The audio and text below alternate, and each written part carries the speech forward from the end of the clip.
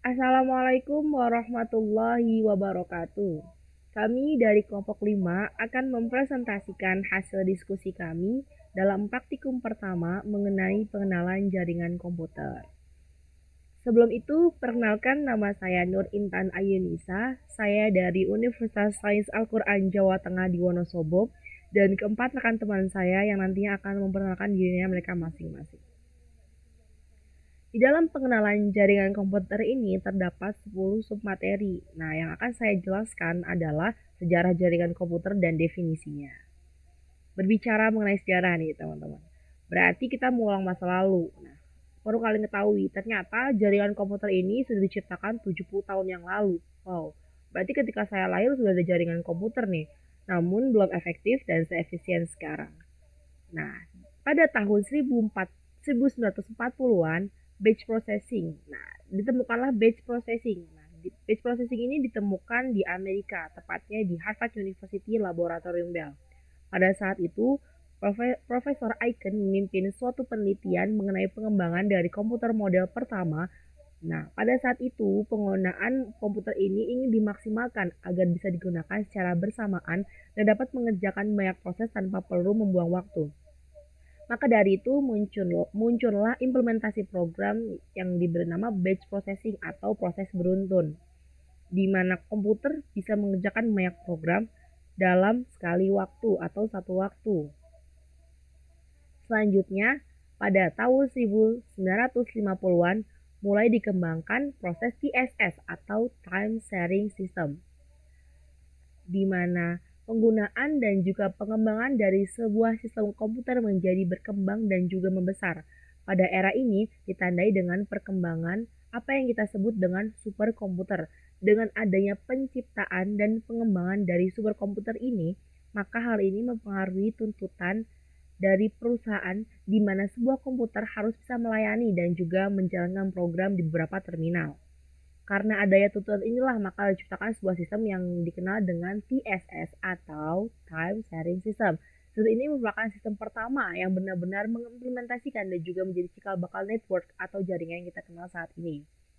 Nah, TSS ini merupakan satu sistem di mana sebuah komputer dapat melayani beberapa terminal yang dikenal juga dengan istilah distribusi berdasarkan waktu. Sistem ini memungkinkan suatu komputer bertindak sebagai server atau host yang dapat diakses dengan menggunakan terminal atau workstation atau klien-klien yang tersedia dalam satu waktu atau di dalam waktu yang bersamaan.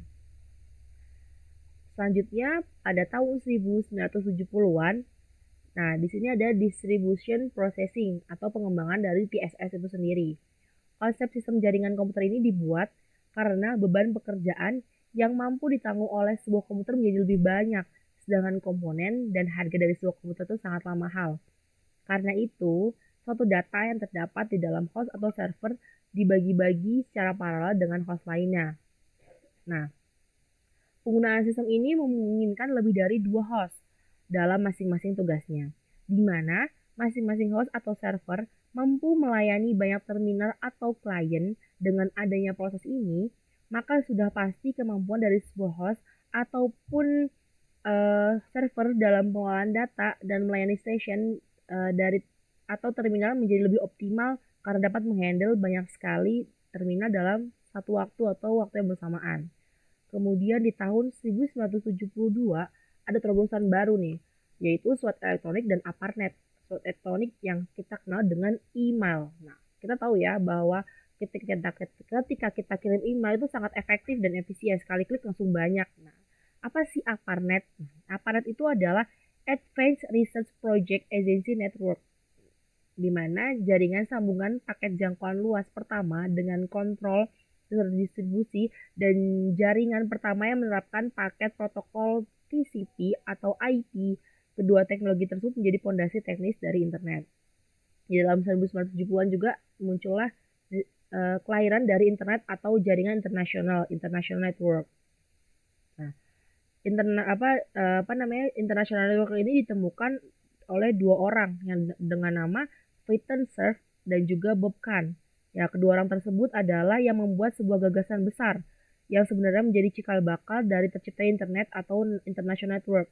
Saat ini ya teman-teman tahu lah ya, internet tuh sudah berkembang pesat. Kita mungkin nggak bisa hidup tanpa internet. Oke, selanjutnya di tahun 1980-an ada standarisasi jaringan dengan menggunakan TCP atau IP.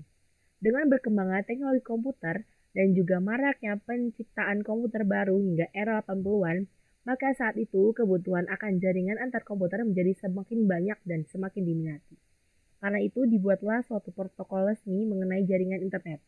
Pada tahun 1980-an, 1982, sebuah protokol dibuat dan diberi nama TCP atau Transmission Control Protocol atau yang saat ini sering kita kenal dengan istilah IP alias Internet Protocol. Protokol ini memungkinkan banyak komputer dapat saling terhubung ke dalam sebuah jaringan internasional yang dapat menghubungkan banyak user di seluruh dunia. Oke. Nah, di 1984 ada pengenalan domain system atau DNS. Nah, pengenalan domain system ini setiap komputer dapat terhubung melalui jaringan internet secara luas dan mendunia. Kalian tahu lah ya, kalau kita udah berhubungan dengan internet itu sudah tanpa batas gitu. Seluruh dunia dapat kita akses dalam satu waktu. Nah, domain sistem ini kemudian dapat menyeragamkan alamat-alamat yang berada pada jaringan yang sama. Domain ini kemudian dikenal dengan istilah domain system atau DNS, di mana satu DNS terdapat beberapa alamat yang berbeda dan dapat dikunjungi oleh banyak orang siapapun itu yang sudah terhubung ke dalam jaringan internet. Selanjutnya di dalam 1988 Internet Relay Chat atau fitur yang mulai berkembang pesat. Nah, Internet Relay Chat ini ditemukan oleh seorang kebangsaan Finlandia yaitu Jarkko Oikkanen yang mengembangkan suatu sistem chatting berbasis jaringan komputer secara luas dengan menggunakan internet. Sistem ini dinamakan sebagai Internet Relay Chat atau IRC, di mana pada penggunaan sebagai user dapat melakukan chattingan dengan menggunakan jaringan internet. Nah, yang terakhir itu 1990-an, kelahiran www atau World Wide Web atau yang sering kita kenal dengan www.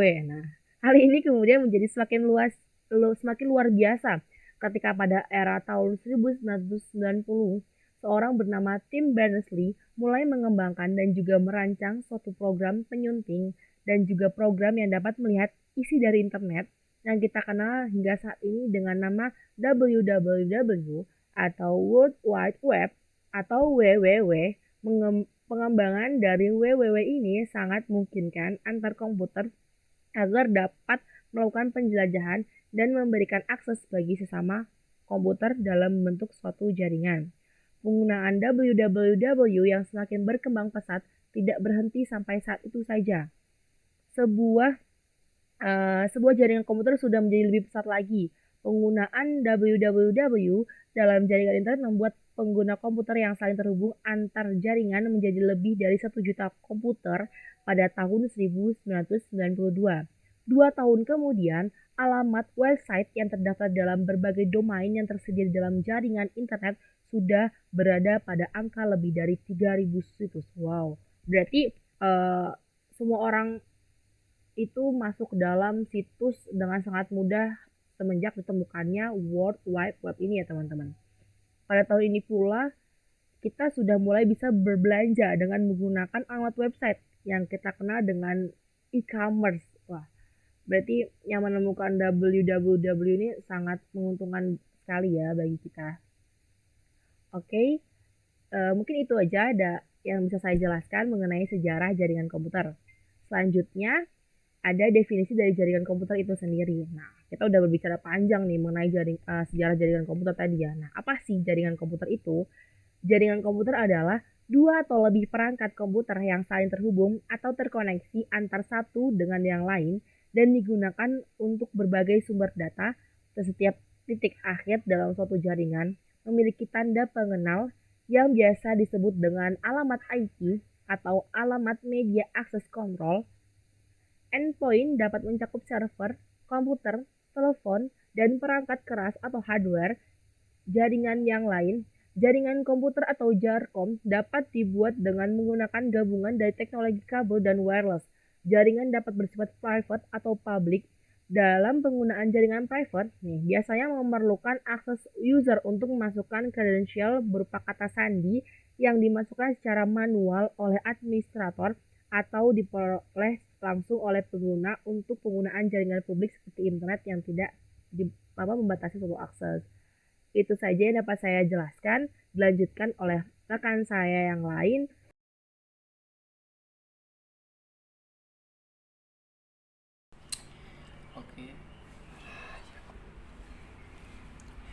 Oke, di sini saya akan melanjutkan materi, yaitu menjelaskan tujuan dan manfaat jaringan komputer. Tujuan dan manfaat jaringan komputer itu sebenarnya ada banyak, tapi di sini saya akan memasukkan beberapa tujuan dan manfaat jaringan komputer. Yang pertama, berbagai sumber daya termasuk data dan informasi penting. Yang kedua, untuk memudahkan anggota dalam berkomunikasi antar anggota. Yang ketiga, mengakses informasi secara bersamaan dan cepat. Kemajuan teknologi yang sangat pesat ya. Yang keempat, memperluas pendayagunaan perangkat sistem operasi. Yang kelima, mempermudah manajemen komputer, yaitu 5 tujuan dan manfaat jaringan komputer apa yang saya ambil dan menurut saya. Oke, selanjutnya di sini saya akan melanjutkan menjelaskan komponen-komponen jaringan. Yang pertama ada perangkat jaringan. Yang pertama ada repeater ya. Gambarnya ada ya, gambarnya itu repeater seperti itu. Apa itu repeater? Repeater adalah berfungsi untuk menerima sinyal kemudian meneruskan kembali sinyal yang diterima dengan kekuatan yang sama. Oke. Selanjutnya ada hub. Apa itu hub?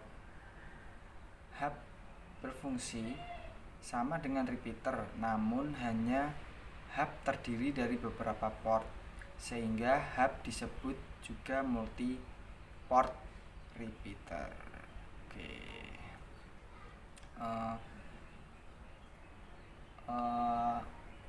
Meskipun hub memiliki beberapa port, tetapi menggunakan metode broadcast dalam mengirimkan sinyal, sehingga bila salah satu port sibuk, maka yang lain harus menunggu jika ingin mengirimkan sinyal. Itu kalau hub. Yang selanjutnya adalah bridge. Apa itu bridge? Bridge berfungsi seperti repeater atau hub, tetapi lebih pintar karena pada lapisan data link, sehingga mempunyai kemampuan yang lebih pintar dibandingkan hub dan repeater. Oke, selanjutnya yaitu switch ya. Apa itu switch ya? Switch berfungsi sama dengan bridge, hanya switch terdiri dari beberapa port, sehingga switch disebut multi port bridge ya. Seperti hub tadi ya, kalau hub kan multi port dari repeater, namun kalau switch itu multi port dari bridge dengan kemampuan adanya tersebut. Jika salah satu port pada switch sibuk, maka port yang lain masih tetap bisa berfungsi ya. Perbedaannya sama hub tadi kan, hub kalau sibuk kan port yang satunya harus menunggu. Kalau switch itu bisa tetap berfungsi gitu. Oke, yang selanjutnya ada modem. Modem berasal dari singkatan modulator demulator ya, merupakan bagian yang mengubah sinyal ke dalam sinyal pembawa. dan siap untuk dikirimkan. Sedangkan demodulator, yaitu pokoknya demodulator kalau nggak salah adalah bagian yang memisahkan sinyal informasi. Itu modem merupakan penggabungan kedua-duanya. Artinya modem itu alat komunikasi dua arah. Setiap perangkat komunikasi jarak jauh dua arah umumnya menggunakan bagian yang disebut modem. Berarti itu gabungan dari kedua-duanya ya. Artinya modem itu alat komunikasi dua arah gitu guys. Oke, selanjutnya itu ada router ya. Router memiliki kemampuan melewatkan paket IP dari satu jaringan ke jaringan yang mungkin memiliki banyak jalan di antara keduanya. Jika dua atau lebih LAN terhubung dengan router, setiap LAN dianggap sebagai sub network yang berbeda. Gitu. Oke, next ya, next. Ya, selanjutnya ada komponen kabel ya. Di sini ada banyak itu digambar, namun saya akan menjelaskan satu persatu ya, satu persatu ya, tidak semua lah, karena saya belum begitu paham mengenai jaringan komputer, karena saya kan dari akuntansi. Ini sebisa saya aja.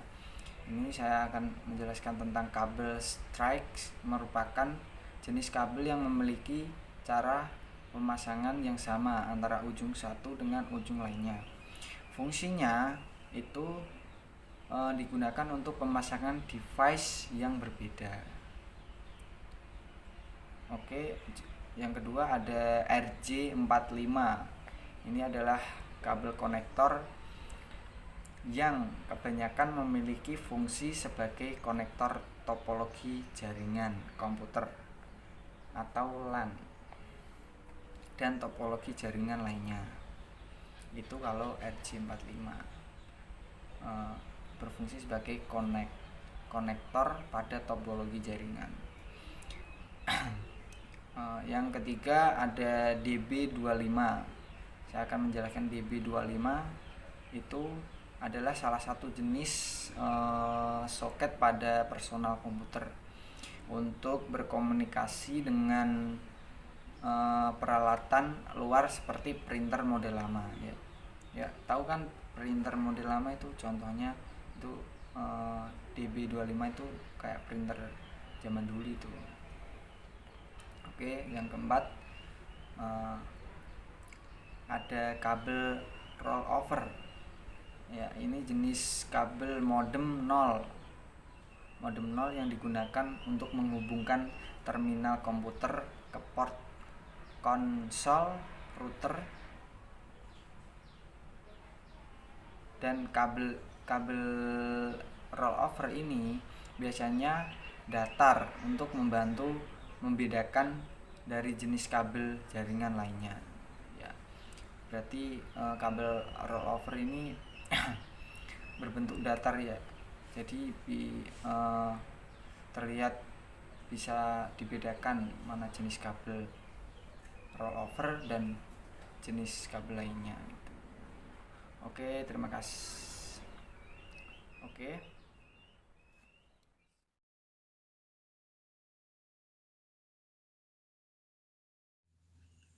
Jenis-jenis jaringan komputer berdasarkan letak geografisnya atau jangkauan. 1. MAN atau Metropolitan Area Network. Sebuah jaringan yang berada di dalam satu kota dengan kecepatan transfer data tinggi yang menghubungkan beberapa kantor tetapi masih dalam satu wilayah kota. 2. LAN, Local Area Network, jaringan yang mencakup wilayah kecil. Salah satu contoh adalah jaringan komputer yang berada di lingkup sekolah, kampus, atau kantor. 3. WAN Wide Area Network, jaringan komputer yang mencakup area yang sangat luas. Salah satu contoh dari WAN adalah jaringan antar wilayah, daerah, kota, atau bisa jadi antar negara. Jenis-jenis jaringan komputer berdasarkan fungsinya. 1. Jaringan komputer peer-to-peer. Model jaringan komputer di mana dalam jaringan tersebut setiap komputer dapat difungsikan secara klien dan juga sebagai server. 2. Jaringan komputer client server. Sebuah model jaringan komputer di mana salah satu dari komputer difungsikan sebagai server yang bertugas melayani komputer lain yang difungsikan sebagai klien. Jadi dalam model jaringan ini, komputer server biasanya didesain khusus dan hanya bertugas sebagai penyedia layanan dibutuhkan klien. Jenis-jenis jaringan komputer berdasarkan media transmisinya. 1. Jaringan media komputer menggunakan media kabel atau wired network.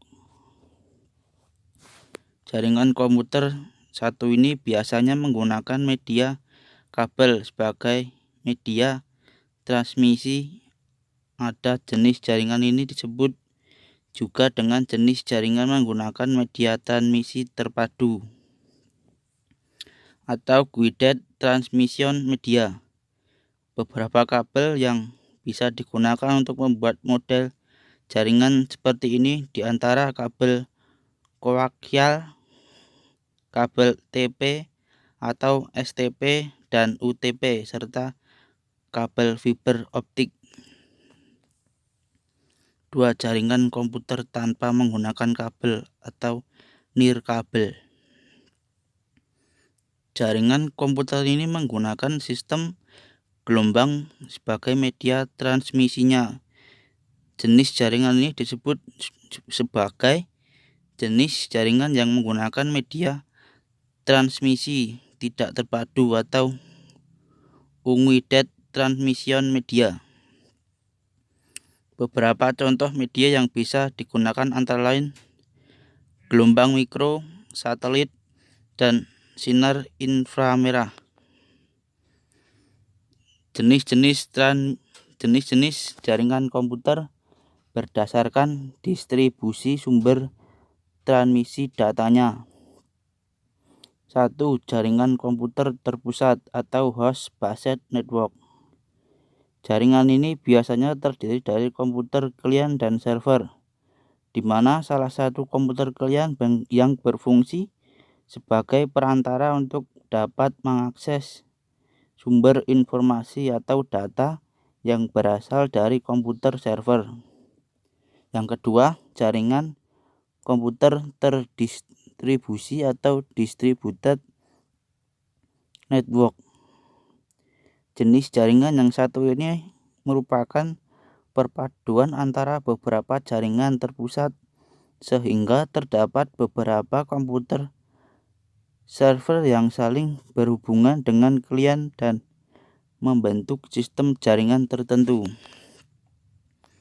LAN, Local Area Network, sekumpulan komputer yang saling berhubungan dengan membentuk suatu jaringan melalui media yang sama. Contoh penerapan jaringan LAN yaitu sistem jaringan pada sekolah, kantor, maupun rumah. MAN atau Metropolitan Area Network, jaringan yang menghubungkan antara satu perangkat komputer dengan perangkat yang lain dalam ruang lingkup kota pada jaringan yang sama. WAN atau Wide Area Network, kumpulan dari LAN yang tersebar secara geografis. Jaringan WAN cenderung untuk menggunakan teknologi seperti ATM X25 serta frame relay untuk konektivitas jarak yang lebih jauh lagi.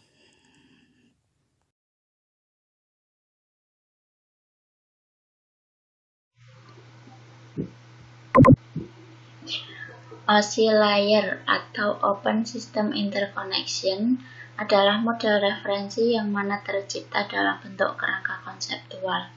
Bahkan sekarang ini ia telah menjadi suatu standar koneksi untuk sebuah komputer. Selain itu, ia diciptakan juga untuk memenuhi tujuan tertentu. Tujuan tersebut adalah supaya model OSI menjadi rujukan bagi setiap vendor ataupun developer, sehingga software dan produk yang mereka buat mempunyai sifat interpolate.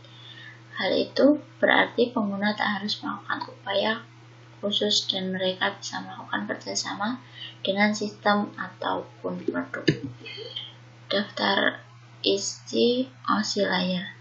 OSI layer terdapat 7 lapisan, yaitu physical layer, data link layer, transport layer, network layer, session layer, presentation layer, dan application layer. Yang pertama, physical layer. Physical layer mempunyai tanggung jawab di OSI layer dalam hal melakukan transmisi terhadap bit data. Hal itu dilakukan dari physical layer mengirim dan ditujukan kepada physical layer penerima. Kemudian, data link layer. Ketika proses transmisi data sedang berlangsung, maka akan ada potensi terjadinya kesalahan. Maka inilah yang menjadi tanggung jawab dari OSI layer layanan data link layer, di mana tugasnya memang melakukan pemeriksaan kesalahan. Data link layer dalam urutan OSI juga memiliki tanggung jawab dalam hal membungkus bit hingga berbentuk data frame. Selain itu, data link layer pun juga dapat mengelola skema pengamatan fisik, misalnya saja seperti alamat MAC yang ada pada suatu jaringan. Bahkan bisa dibilang data link layer ini merupakan salah satu yang paling kompleks di antara layer yang lainnya.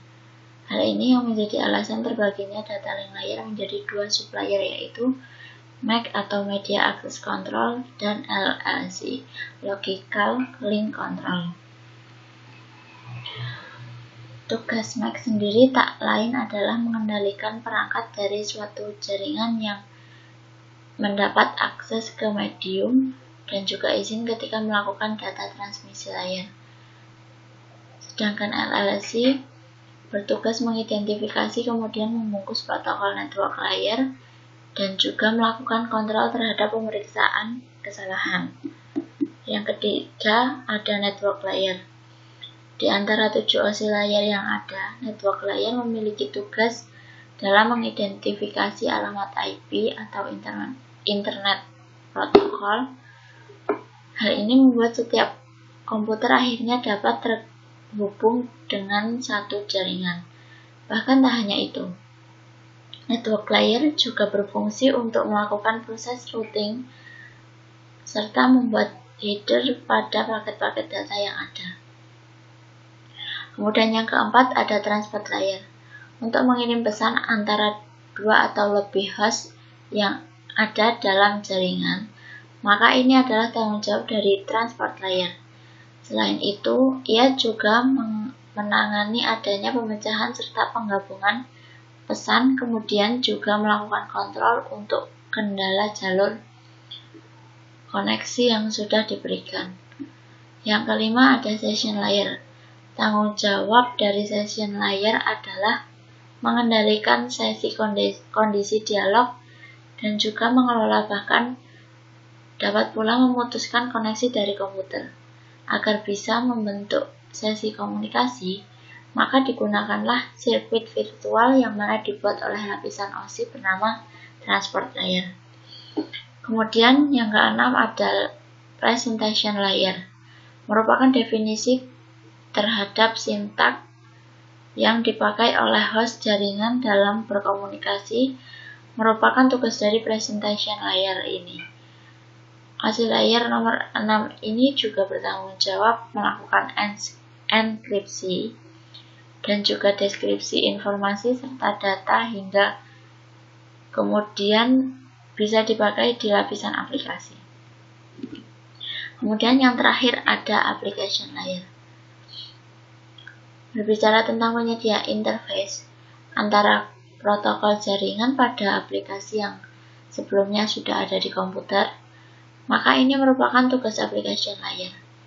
Ia juga merupakan lapisan paling atas dari model OSI dan kerap memberikan layanan yang mana begitu dibutuhkan oleh aplikasi.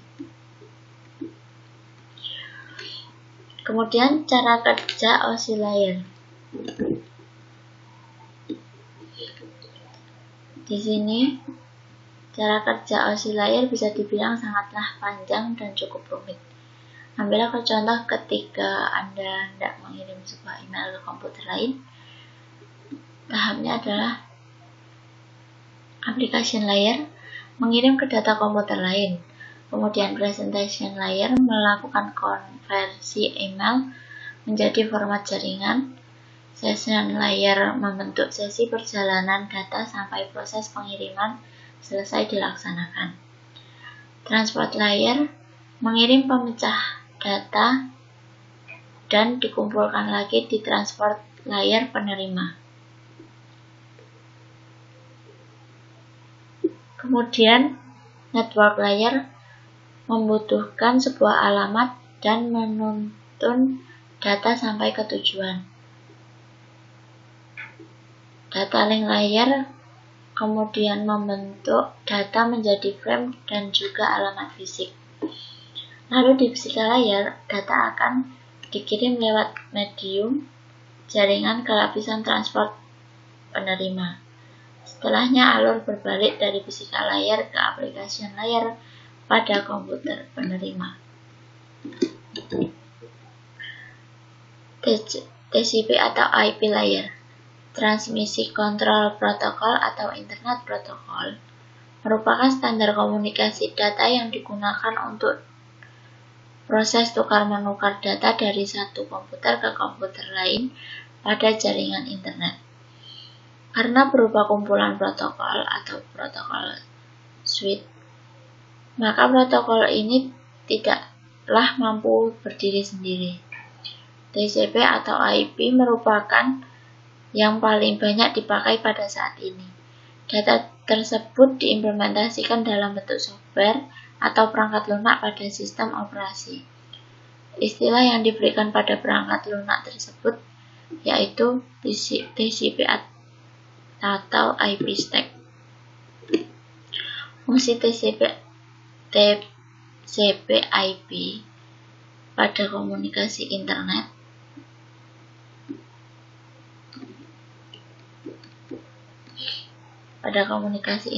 untuk melakukan sarana pengiriman file dalam satu jaringan. Kemudian sering digunakan untuk kepentingan atau remote login, untuk telnet, untuk komputer mal, dan lain-lain. Di sini ada 5 layer pada TCP atau IP layer. Yang pertama ada physical, yang kedua ada network interface, yang ketiga ada internet, yang keempat ada transport, yang kelima ada application. Yang pertama, yang paling atas, application layer. Fungsi application layer yaitu bertugas untuk melayani permintaan data atau service aplikasi pada layer ini, menunggu di portnya masing-masing pada suatu antrian untuk diproses. Yang bekerja pada layer ini yaitu aplikasi network terminal protokol atau telnet yang menyediakan remote login dalam jaringan. Yang kedua, File Transfer Protocol atau FTP digunakan untuk file transfer. Yang ketiga, Simple Mail Transfer Protocol SMTP digunakan untuk mengirim email atau electronic mail. Yang keempat, Domain Name Service atau DNS untuk memetakan IP address ke dalam nama tertentu. Yang kelima, Routing Information Protocol atau RIP, protokol routing. Open Shortest Path First, protokol routing. Network File System atau NFS untuk berbagi atau sharing file dalam suatu jaringan terhadap berbagai host. Yang kedelapan, Hypertext Transfer Protocol atau HTTP, protokol yang digunakan untuk web browsing. Kemudian pada lapisan kedua ada Transportation Layer. Fungsi dari Transportation Layer adalah untuk membentuk sebuah sambungan antara host penerima dan pengirim sebelum kedua host tersebut berkomunikasi dan seberapa sering kedua host ini mengirim acknowledgement dalam sambungan tersebut satu sama lainnya. Transport layer hanya terdiri dari dua macam protokol, yaitu TCP dan UDP. Internet layer. Fungsi internet layer pada TCP atau IP yaitu berisi protokol yang mempunyai tanggung jawab dalam pengalamatan dan enkapsulasi paket data jaringan. Pada internet layer terdiri beberapa protokol yaitu IP, ARP, ICMP, IGMP. Network Access Layer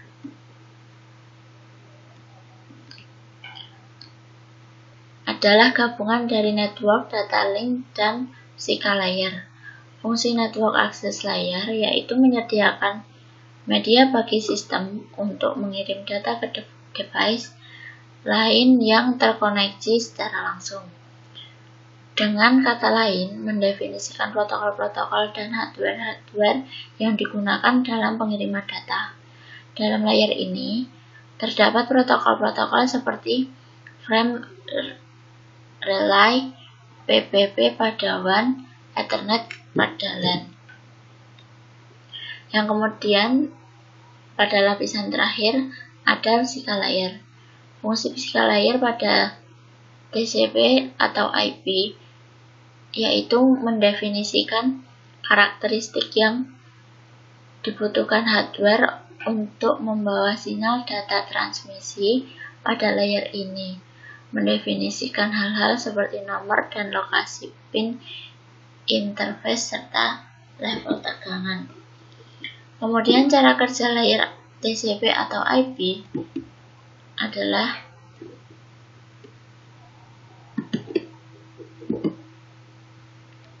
seperti gambar di samping.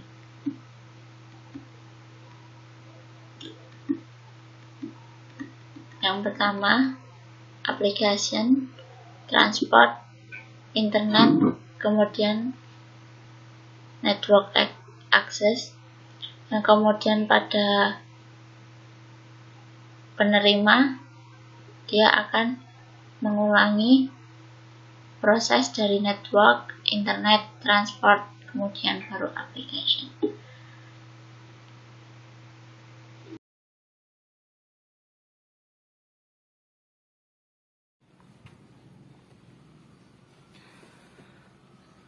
Persamaan OSI dengan TCP/IP layer.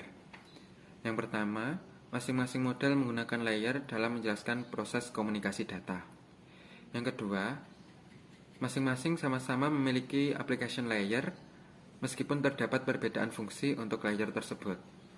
Yang ketiga, masing-masing memiliki transport dan internet network layer. Yang keempat, masing-masing menggunakan asumsi pengiriman paket data secara paket switch dalam mencapai alamat tujuannya. Yang kelima, bagi network profesional, kedua model tersebut sama-sama harus dipelajari untuk memahami konsep dasar komunikasi data di jaringan. Selanjutnya, perbedaan OSI dengan TCP/IP layer. Di dalam OSI layer, terdapat 3 layer yang berkaitan dengan aplikasi, yaitu Application, Presentation, dan Session. Sedangkan dalam TCP/IP, hanya 1 layer, yaitu Application layer. Yang kedua, dalam OSI layer, proses komunikasi data di dalam jaringan secara fisikal dimodelkan dalam 2 layer, yaitu data link dan physical layer. Sedangkan pada TCP/IP dimodelkan dalam 1 layer, yaitu network access. Yang ketiga, dalam OSI layer memiliki 7 layer dalam menjelaskan proses komunikasi data di dalam jaringan, sedangkan pada TCP/IP hanya memiliki 4 layer. Yang keempat, TCP/IP lebih populer untuk digunakan karena lebih sederhana ketimbang model OSI. Teknologi yang sebagian digunakan oleh kita sehari-hari ini untuk mengakses internet khususnya adalah teknologi TCP/IP. Yang kelima, OSI mengembangkan modelnya berdasarkan teori, sedangkan TCP mengembangkan modelnya setelah sudah diimplementasikan untuk kehidupan sehari-hari. Selanjutnya, topologi jaringan komputer. Topologi jaringan komputer merupakan sebuah konsep atau cara yang digunakan untuk menghubungkan 2 atau lebih komputer menjadi suatu jaringan yang saling terkoneksi. Topologi jaringan dibedakan menjadi 6 macam. Yang pertama, topologi bus. Pada model topologi bus, komputer yang terhubung ke dalam sebuah jaringan akan tersusun rapi seperti antrian yang kemudian dihubungkan dengan satu kabel koaksial serta konektor BNC, kemudian pada ujung jaringan menggunakan terminator sebagai perangkat penutup. Yang kedua, topologi ring. Pada model topologi ring, setiap komputer akan dihubungkan dengan komputer lain secara terus-menerus dan kemudian akan terhubung lagi ke komputer pertama, sehingga pada model jaringan ini akan membentuk lingkaran atau ring. Yang ketiga, topologi star. Model topologi jaringan yang satu ini sangat unik karena membentuk seperti bintang. Untuk dapat menghubungkan komputer yang satu dengan komputer yang lain, topologi ini membutuhkan perangkat hub atau switch, dan kabel yang digunakan adalah kabel jenis UTP dilengkapi konektor RJ45. Perangkat hub atau switch bertugas untuk mengontrol data dan menjadi pusat dari jaringan ini.